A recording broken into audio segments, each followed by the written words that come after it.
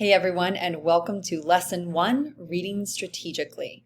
Our objective for this lesson is to be able to employ 5 specific strategies in order to read challenging texts more effectively. Our guiding question is, what can you do to make sense of complex and challenging texts? Well, that's super relevant to the work that we do here in English 11 and certainly in all of your upper level academic courses. What we know is that not all texts are created equally, right? Different texts are written for different purposes. Some of them are much more easily digested and understood, whereas what we call academic texts, the kind of texts that we're going to be grappling with in this course and others like it, are going to be much more complex in nature. Sometimes the language is more challenging, sometimes the vocabulary is a little bit out of reach or confusing. Sometimes the sentence structure is very, very dynamic and difficult to follow. So for whatever reason that text may be a little bit more challenging and more difficult to understand, we need to know how to tackle it. Of all of the research that has been done about reading, what we have found is that students who are strong readers are not actually physiologically different in any way from readers who tend to struggle. Their brains are not bigger, their synapses do not fire at a different rate. What we know about good readers is that good readers have strategies. They have tips that they have tools that they can lean into when texts become really hard. And we are going to talk about 5 of those strategies in this video. The 5 strategies that we are going to employ are the following: previewing the text, monitoring and repairing your comprehension as you read, annotating the text, summarizing the text, and finally outlining the text. The first strategy we're going to talk about is previewing the text, and you can even hear that little prefix, pre. This is something that we can do before we actually read the text all in one fell swoop. So the first thing that our eye might go to are called text features. So this is sort of like the anatomy of that text and the little pieces that make it up. We can actually glance over things like the title, subtitles, and headings if they're available. We can preview the first and the last paragraphs, as they often tend to include information that is related to the main idea of that piece. And if there happens to be illustrations or graphs or other visuals embedded within that text, reading and previewing those can also be really, really helpful in priming our brain for all of the information to come. Now, the other thing that we can preview are organizational clues, right? Texts tend to follow somewhat predictable patterns. We know that if we look through the introduction of a text, we're very likely going to find the thesis statement and/or the main idea of that text. We can also look for things like transitions.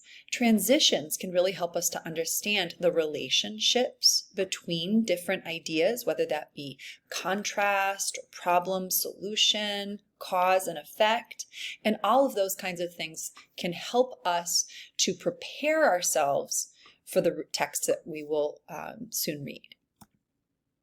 Now, the second strategy that we want to talk about is monitoring and repairing our comprehension as we read. Now, all of us have probably had a moment where you are like deep into reading something and then all of a sudden you're like, whoa, I must have blacked out. I have no idea what I'm reading. Maybe I don't even know where I am, right?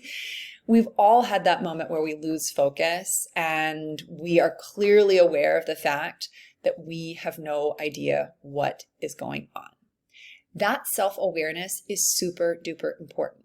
We want to make sure that we are stopping periodically to check in with ourselves, and we want to know when things are making sense and when they're not. Now, when they are not, then we need to tap into repair mode. We need to do things like looking for something familiar, make connections between what you see in the text and things that you already know. That is how our brains naturally sort and organize information. So look for things that are familiar and try to make a connection, whether that be a personal connection, a connection to something that you have read or seen somewhere else, or maybe even something from the larger world. We may also find that something is just simply not within our background knowledge and we need to search it up. Maybe we need to Google the definition of a word. Maybe we need to Google a reference or an allusion to something that we are just unfamiliar with, and that can help to repair that comprehension as well. Adjusting the pace of our speed is also going to be really important as we read these complex texts. When text tends to get more challenging, more difficult, when you feel your brain sort of like, the gears are grinding, you're like, I don't know, this is pretty hard. That should be an indication to you to slow down. Literally slowing down the speed at which you read can really, really benefit your understanding of that text. And similarly, be willing to reread.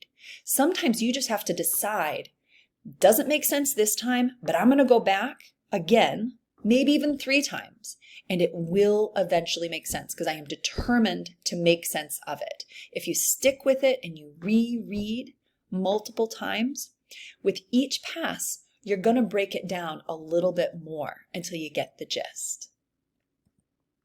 Now, the third strategy that we want to talk about is annotation. And I love that that root word note is kind of hidden within the word annotation itself. Annotation is essentially a form of text marking that leads you deeper into the text. Text marking may be constituted by several different things, like highlighting, underlining. Maybe you've got little symbols that have meaning for you, marginal notes and comments, questions that you are thinking as you read.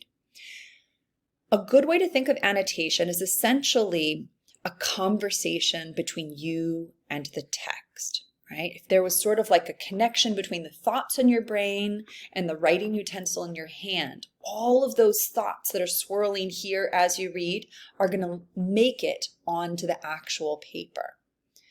Now, you always want to approach a text as something that you take seriously, but whose words you do not accept without question. You always want to be just skeptical enough that you are questioning everything. And the reason for that is it's going to dig you deeper and deeper into that text. Now, annotation can be done in a number of different ways, and no one way is more accurate than the other. You can make annotations directly onto the text itself. If you're someone that likes to preserve the text, you can use a method of making your annotations on sticky notes and then placing those sticky notes on a text.